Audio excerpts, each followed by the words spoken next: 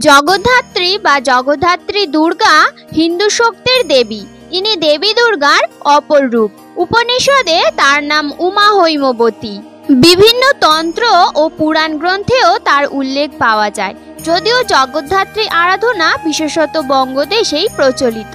আবার পশ্চিমবঙ্গের নদিয়া জেলার কৃষ্ণনগর ও হুগলি জেলার চন্দননগর, গুপ্তিপাড়া, নদিয়া জেলার শান্তিপুরের সূত্রাগড় অঞ্চল জগদ্ধাত্রী উৎসবের জন্য জগৎ বিখ্যাত। কার্তিক মাসের শুক্লা নবমী তিথিতে দেবী জগদ্ধাত্রীর বাৎসরিক পূজা অনুষ্ঠিত হয়। হিন্দু বাঙালি ধর্মীয় মানুষে রাজসিক দেবী দুর্গা ও তামসিক কালীর পরেই স্থান সত্যগুণের দেবী জগদ্ধাত্রীর। আজ এই ভিডিওটির মাধ্যমে জানবো যে দেবী জগদ্ধাত্রী কে, কেন তার পায়ের কাছে হাতির মাথা পড়ে থাকে, জগদ্ধাত্রী পূজার মাহাত্ম্য কথা কি। তাহলে চলুন ভিডিওটি শুরু করা যাক। প্রথমত, দেবী জগদ্ধাত্রী কে এবং কেন তার পায়ের কাছে হাতির মাথা পড়ে থাকে। দেবী জগদ্ধাত্রী দুর্গারই ভিন্ন রূপ। দেবী দুর্গার মতোই তিনি ত্রিনয়না, তবে দুর্গার মতো দেবী জগদ্ধাত্রীর হাতের সংখ্যা 10 নয়, 4।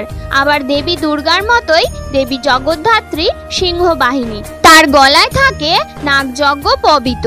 দেবীর দুই বাম হাতে থাকে শঙ্খ ও সাঙ্গর ধনু, আর দুই ডান হাতে থাকে চক্র ও পঞ্চবাণ। দেবী দুর্গার বাহন সিংহ মহিষের ওপর দাঁড়িয়ে থাকে, আর দেবী জগদ্ধাত্রীর বাহন সিংহ দাঁড়িয়ে থাকে হাতির ওপর। সংস্কৃতে হাতির অপর নাম করি। কথিত আছে দেবী জগদ্ধাত্রী করি বা হস্তিরূপী অসুর করিন্দ্রাসুরকে বধ করেছিলেন। সেই কারণে তাকে বলা হয় করিন্দ্রাসুরনী সুদিনী। শ্রী শ্রী চণ্ডীতে স্পষ্ট উল্লেখ করা হয়েছে যে দেবী জগদ্ধাত্রী আর দেবী দুর্গা একই। সেখানে বলা হয়েছে যে দেবী দুর্গার সঙ্গে যুদ্ধের সময় মহিষাসুর নানা রূপ ধারণ করে দেবীকে বিভ্রান্ত করার চেষ্টা করে, কিন্তু বিশেষ সুবিধা করতে পারেনি। নানা রূপের মধ্যে মহিষাসুর করি বা হাতির রূপও ধারণ করেছিল। সেই সময় মহিষাসুরকে শায়েস্ত করতে দেবী দুর্গা চতুর্ভুজা রূপে আবির্ভূত হন, আর তার হাতে ধরা চক্র দিয়ে হাতির সুর কেটে দেন। দেবীর সেই রূপকেই বলা হয় জগদ্ধাত্রী, আর সেই কারণে দেবী জগদ্ধাত্রীর বাহন সিংহ এক মৃত হাতির ওপর দাঁড়িয়ে থাকে। শাস্ত্র অনুযায়ী প্রতি বছর কার্তিক মাসের শুক্লা নবমী তিথিতে দেবী জগদ্ধাত্রীর আরাধনা করা হয়। কেউ দুর্গাপূজার মতো সপ্তমী থেকে নবমী পর্যন্ত মহাসমারোহে জগদ্ধাত্রী পুজোর আয়োজন করেন। কেউ আবার কেবল নবমীতেই 3 বার আয়োজন করে সপ্তমী, অষ্টমী, নবমী পর্যন্ত পুজো করে শেষ করেন।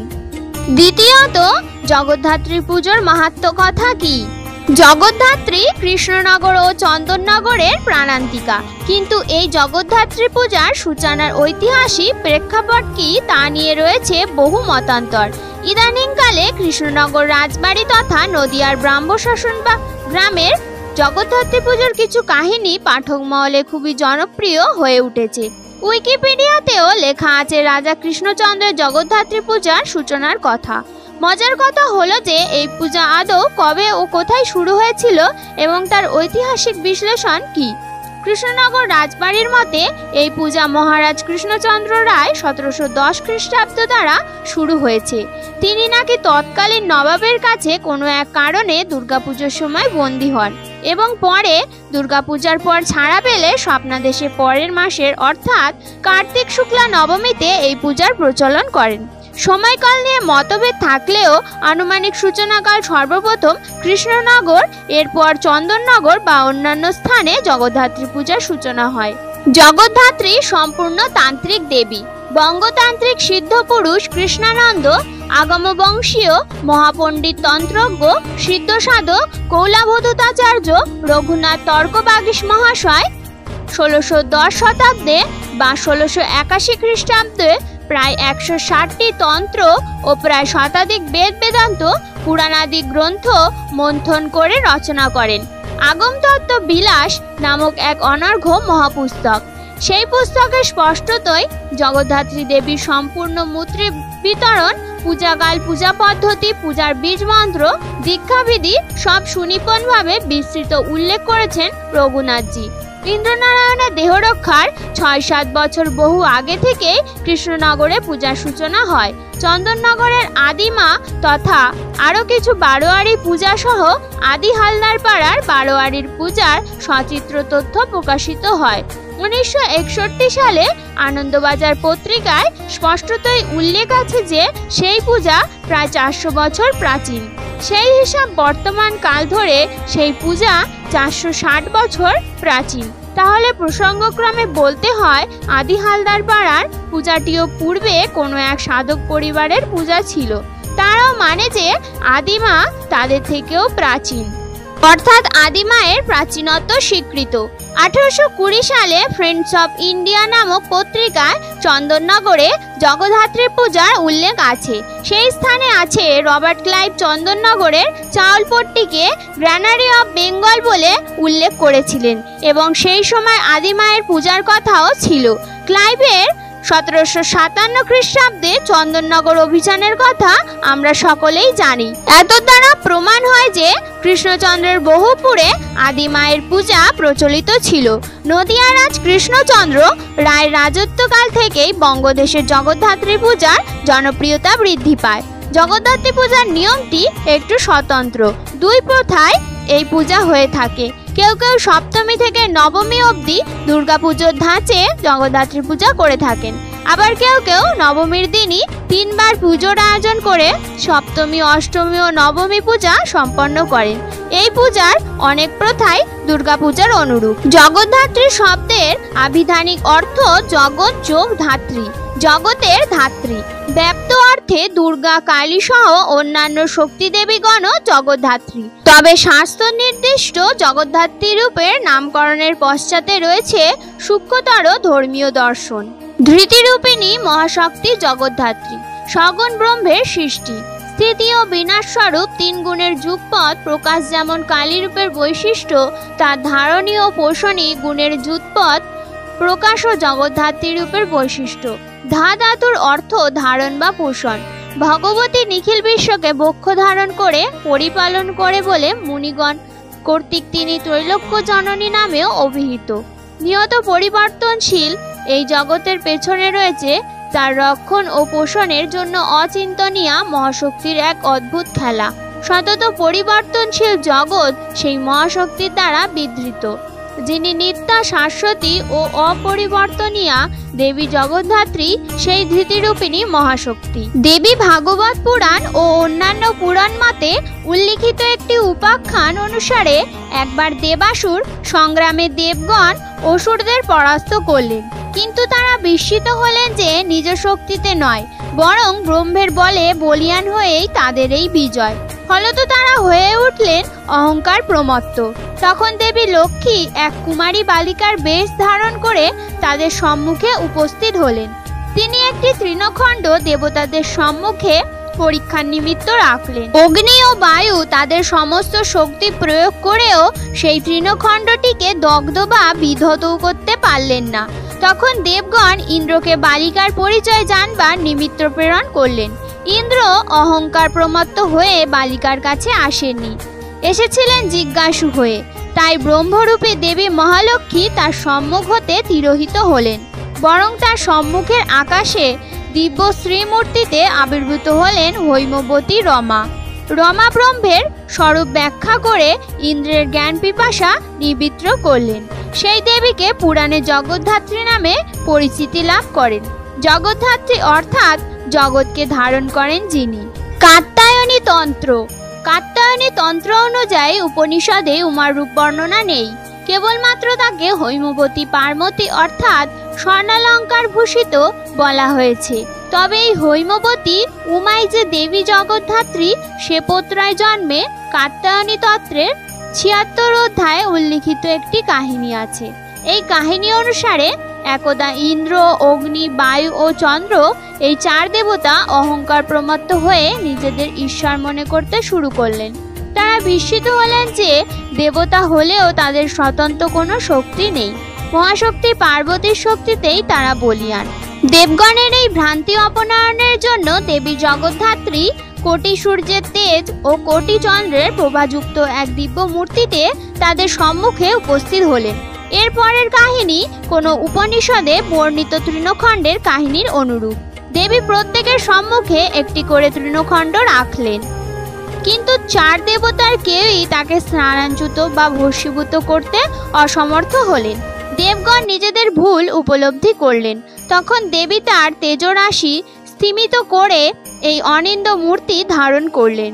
এই মূর্তিটি ত্রিনয়না, চতুর্ভুজা, রক্তাম্বরা, শালঙ্কারা, নাগযজ্ঞোপবীতধারিণী ও দেব ঋষিগণ কর্তৃক অভিবন্দিতা এক মঙ্গলময়ী মহাদেবীর মূর্তি। সমগ্র মহাজগৎকে পরিব্যাপ্ত করে দেবী দেবগণকে এই মূর্তি দেখালেন। দেবগণও তার স্তবে প্রবুদ্ধ হলেন। আমাদের খুব প্রিয় মহিষাসুরমর্দিনী আকাশবাণীতে প্রচারিত হওয়ার শুরুতে সিংহহস্তা শশীশেখরা এই ধ্যান মন্ত্র শুনলে দেখা যাবে যে এটি দুর্গার জগদ্ধাত্রী রূপের বর্ণনা। যদিও এখানে দেবীকে মরকতবর্ণা বলা হয়েছে, তবে বিশ্বাসের তন্ত্রমতে দেবীর উভয় ধ্যানই মন্ত্রেই পূজাবিধি এক। বিভিন্ন পৌরাণিক সূত্রে দেবী দুর্গাকে দুর্বাশ্যামা বলা হয়েছে। দেবী ভাগবতের ভুবনেশ্বরীর সাথে তন্ত্রমতে দুর্গার সাদৃশ্য দেখা যায়। বিরল হলেও তন্ত্রোক্ত কিছু পূজার শুরুতে কামিনী দেবীর আহ্বান করার প্রথা দেখা যায়। ধ্যান মন্ত্রে তিনি জগদ্ধাত্রী দুর্গারূপেই প্রতিভাত। আগম প্রসিদ্ধ মূর্তি রূপা সর্বসিদ্ধিদাত্রী মহাশক্তি সাধনার মূল প্রাপ্তি। জগদ্ধাত্রী পূজা, দেবী জগদ্ধাত্রীর পূজা অনুষ্ঠিত হয় দুর্গাপুজোর ঠিক 1 মাস পর, কার্তিক মাসের শুক্লা নবমী তিথিতে। কাত্যায়নী তন্ত্র এ কার্তিকী শুক্লা নবমীতে দেবী জগদ্ধাত্রীর আবির্ভূত হওয়ার কথা আছে। জগদ্ধাত্রী পূজা তান্ত্রিক পূজা। সপ্তমী, অষ্টমী ও নবমী এই 3 দিন জগদ্ধাত্রীর পূজা হয়ে থাকে।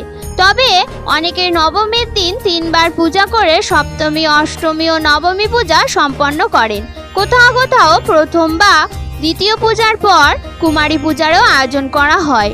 দুর্গাপুজোর ন্যায় জগদ্ধাত্রী পূজাতেও বিসর্জনকৃত্য বিজয়াকৃত্য নামে পরিচিত। এমনকি পুষ্পাঞ্জলি ও প্রণাম মন্ত্র সহ পূজার অনেক মন্ত্র দুর্গাপূজার অনুরূপ। দেবী সিংহস্কন্ধে আরূঢ়া, নানা অলঙ্কারে অলঙ্কৃতা। চতুর্ভুজা মহাদেবী সর্পকে যজ্ঞোপবীত রূপে পরিধান করে আছেন। বাম হাত দুটিতে তার শঙ্খ এবং ধনুক, দক্ষিণ হাত দুটিতে চক্র এবং বাণ। পরিধানে রক্তবস্ত্র, তার বর্ণ প্রাত সূর্যের ন্যায় লাল। তিনি জগতের শ্রেষ্ঠ সুন্দরী। নারদ প্রভৃতি মুনিগণ তাকে সেবা করেন। তার উদর নাভিপদ্মের মৃণালের মতো লোমাবলী, বলয়াকার ত্রিবলীর সঙ্গে যুক্ত। তিনি মৃদু হাস্যবদনা, দেহের বর্ণে সুবর্ণের আভায় বরদায়িনী। তিনি নবযৌবন সম্পন্না, পীন ও উন্নত পয়োধরা। তিনি করুণা এবং অমৃতবর্ষী দৃষ্টিতে সাধককে দেখেন। রক্তময় দ্বীপে মহাদ্বীপে যে সিংহাসন রয়েছে তার উপর প্রফুল্ল কমলে তিনি উপবিষ্টা। যিনি এই ভবগৃহের স্বামিনী, ভবের ঘরণী, সেই জগদ্ধাত্রী দুর্গাকেই ধ্যান করি। জগদ্ধাত্রী দেবীর প্রতিমা তত্ত্ব ব্যাখ্যা করতে গিয়ে স্বামী নির্মলানন্দ বলেছেন, অর্ক বা সূর্যই বিশ্বের পোষণকর্তা। পৃথিবীয়াদি আবর্তনশীল গ্রহ উপগ্রহ দিগকে সূর্যই নিজের দিকে আকর্ষণ করে রেখেছেন। দেবী জগদ্ধাত্রীর মধ্যেও ধরণী ও পোষণী শক্তির পরিচয় বিদ্যমান। তাই তাকে বলা হয়েছে বালার্ক সদৃশ তনু। এই কারণে জগৎপালক বিষ্ণু শঙ্খ, চক্র, সাঙ্গার, ধনু আদি আয়ুধ দেবীর শ্রীকরে। দেবীর রক্তবস্ত্র ও রক্তবর্ণের মধ্যে দেবীর সিংহাসনস্থ রক্তকমলে সেই রজগুণেরই ছড়াছড়ি। রজদীপ্ত বলেই জগদ্ধাত্রী মহাশক্তিময়ী। তার অস্ত্রশস্ত্র, তার বাহন সকলই তার শক্তিমত্তার ভাবটি আমাদের অন্তরে উদ্দীপ্ত করে দেয়। তবে দেবীর এই বীর্য সংহারের নয়, পরন্তু সমগ্র বিশ্বকে মহাসর্বনাশ থেকে রক্ষাপূর্বক তাকে আত্মসত্তায়, রীতে ও সত্যে সুস্থির করে রাখবার জন্য। নাগ বা সর্প যোগের পরিচায়ক, উপবীত ব্রাহ্মণ্য শক্তির প্রতীক। দেবী জগদ্ধাত্রী ব্রহ্মময়ী, তিনি পরমা যোগিনী। মহাযোগ বলেই ব্রহ্মময়ী ধরে আছেন এই নিখিল বিশ্ব সংসারকে। এই জগদ্ধাত্রীরণই জগদ্ধাত্রীর পরম তপস্যা, তার নিত্য লীলা, তার নিত্য খেলা। জননী রূপে তিনিই বিশ্বপ্রসূতি, আবার ধাত্রী রূপে তিনিই বিশ্বধাত্রী। দেবীর নানাবিধ অলঙ্কার ঐশ্বর্যের প্রতীক, যা একত্রে অষ্টপ্রকার বিভূতি এবং প্রভুত্বকে প্রকাশ করে। ত্রিগুণাত্মিকা মা আমাদের অনন্ত কোটি ব্রহ্মাণ্ড পালিকা ও চালিকা। দেবীর হাতে যে চক্র বর্তমান তা এই ব্রহ্মাণ্ডের প্রতীক, যা সর্বক্ষণ ঘূর্ণায়মান, কিন্তু তা সম্ভব শুধুমাত্র দেবীর অঙ্গুলি হেলনে। দেবীর মায়াতেই এই বিশ্ব সংসার সৃষ্টি স্থিতি লয়ে হচ্ছে, কিন্তু তিনি পরম ব্রহ্ম, তাই এসবের ঊর্ধ্বে। তার ওপর হাতে শঙ্খ, যা শব্দের প্রতীক, শব্দই নাদ, নাদই ব্রহ্ম। তিনি বাকরূপেও নিজেকে ভক্ত প্রাণে প্রকাশ করেন। দেবীর হাতের ধনুক হলো অসীম চৈতন্য শক্তির প্রতীক, যা আদ্যা জননীর প্রকাশ। আবার সেই চেতনা যখন ক্রিয়াশীল হয়ে মানুষের লক্ষ্য প্রাপ্তি, সমাজ কল্যাণ ইত্যাদি কাজে উদ্ভূত হয়, তাই তীর বা বাণ এই ছিলাটিও জগৎ জননী বেঁধে দেন সাধুজনের অন্তরে।